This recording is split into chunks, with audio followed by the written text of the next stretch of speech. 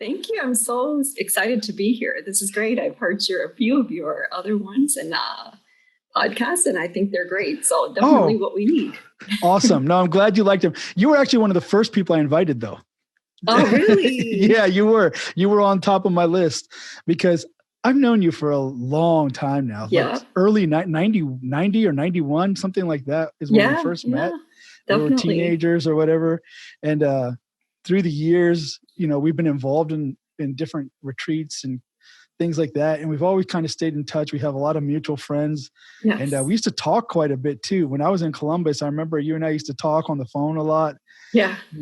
And we always stayed connected. And what I always admired about you though is you never seem to have any limitations. Like if you were going to do something, you just go do it.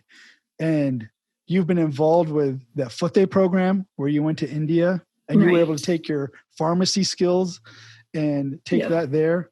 And maybe we can talk about that a little bit later, but you've been involved with United Six. You've been involved with various groups, traveling, seeing the world in very difficult situations. And I've just always looked at you and thought, man, fearless, like literally fearless. That's what it seems like from my perspective. That's awesome. Well, it's interesting you have that perspective because I think it took me time to get there. I wasn't always there, but now I do feel that way. I really do feel that we only set ourselves back and nobody else does. So, but it wasn't like that growing up. So it's just like my 9-10-year-old self and 12-year-old self. So it's such a different frame of mind than it is today. So I love aging and growing, and it does. It sets new boundaries and new limits, whatever you want to do for yourself. So that's interesting. Thank you for sharing that. Well, why don't you talk a little bit more about that? Because, I see after, talking to people like you and my wife has her perspective on her life and she compares some of the things that I take for granted. And probably because I'm a guy, a lot of things are easier or just assumed. Right. And then when you stop and think how early some of this thinking gets ingrained in us and the effect it has. You mentioned your 9-year-old, 10-year-old self, your 12-year-old self. What was it? What was it that you had to overcome like that? I think it was my own fears, right? So I think our fears are what stop us.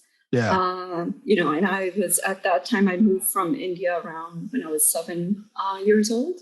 Okay. So it was just not knowing and not liking it here, not knowing the language, not knowing a lot of things, and not knowing myself as a Sikh. I was always connected with the Guru for some reason ever since I was young. And so even when I would go to Gurudwara, it would be like, I want to sit upstairs and listen to Kirtan, where my friends just wanted to go downstairs and talk. And I just felt a connection with the Guru.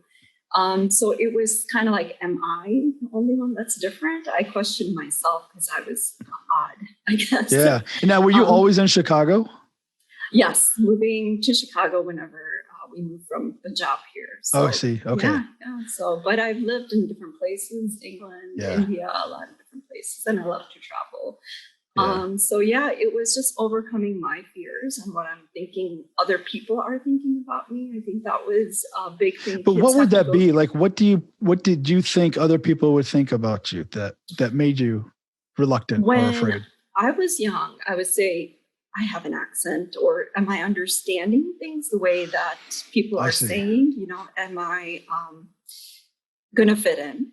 Right? I'm different. I am I always felt different, no matter where. Different from American society and within our Sikh community too. Both. Yeah. Okay. Yeah. That's a very tough spot, actually. It is. And when I would go to Gurudwara, because I felt connected as a child with the Guru, and I wanted to do listen to Kirtan and sit upstairs and not do what other little kids were doing, I felt odd and awkward.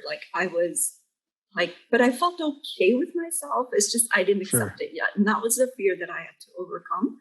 And it's Mantu Jot Srupa Apna Mool Pachan. I think that's what I went through, finding myself and what is the spark within me. And I knew, like, the second part of the line is Manhaji Tere Naal Hai Gurmati Rangman. It's like Guru Sahib's with me, so why am I fearing what society is saying, what people are saying? Why am I letting that affect me and stop me? But I did for a long time. I think it's always like, it's okay to be different and enjoy being different. And I think that's when I started enjoying being different, and that's when I think I really felt there was no end to it.